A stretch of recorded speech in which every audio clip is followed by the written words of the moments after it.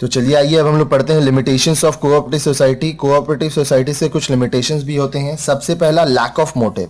The members do not work with full zeal and devotion as there is no profit motive. देखिए, जो members होते हैं उनका motive profit motive नहीं है, सर्विस मोटिव है, इसलिए वो जी जान लगा के इसमें काम नहीं करते हैं। किसमें? Cooperative society.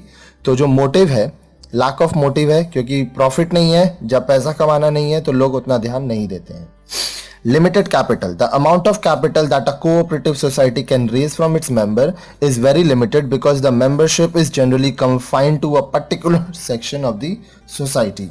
देखिए, इसमें क्या बोल रहा है, जो पैसा रहता है, जो कैपिटल रहता है कोऑपरेटिव सोसाइटी का, वो लिमिटेड है, क्योंकि मेंबर ही पैसा लगा रहा है और लिमिटेड मेंबर रहते हैं, क्योंकि सोसाइटी में हर व्यक्ति आपके सोसाइटी का मेंबर नहीं बन सकता।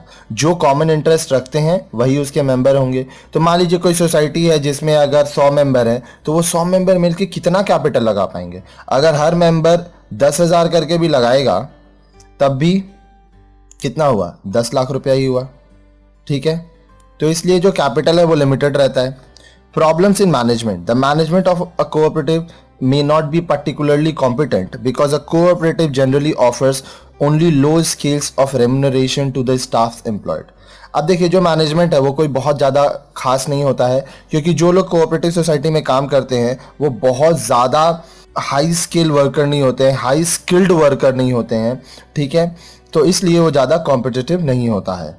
Lack of commitment. The success of a cooperative depends on the loyalty of its members, something that is neither assured nor can be enforced। अब देखिए, lack of commitment है। कोऑपरेटिव सोसाइटी का success तभी होगा जब उसके मेंबर्स लॉयल हो, ईमानदार हो। लेकिन देखिए, ईमानदारी एक ऐसी चीज़ है जिसको ना अश्योर किया जा सकता है।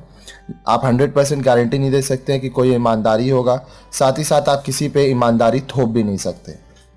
Lack of cooperation. The cooperative societies are established with the objective of mutual cooperation, but it is generally seen that there is a lot of friction between the members because of personality differences, ego clashes, etc. The selfish attitude of members may sometimes being an end to the society। बहुत बार ऐसा देखा गया है कि जो cooperative society बनाया गया तब तो ये सोचा गया कि सब एक साथ मिलकर काम करेंगे, लेकिन जब हम लोग असलियत में देखते हैं तो मेंबर्स के बीच में ईगो आता है, बहुत सारा डिफरेंसेस आता है पर्सनालिटी का, सबकी सोच नहीं मिलती है, तो आपस में काफ़ी मतभेद रहता है और इससे बहुत बार क्या होता है कि जो सोसाइटी है उसको बंद भी करना पड़ता है।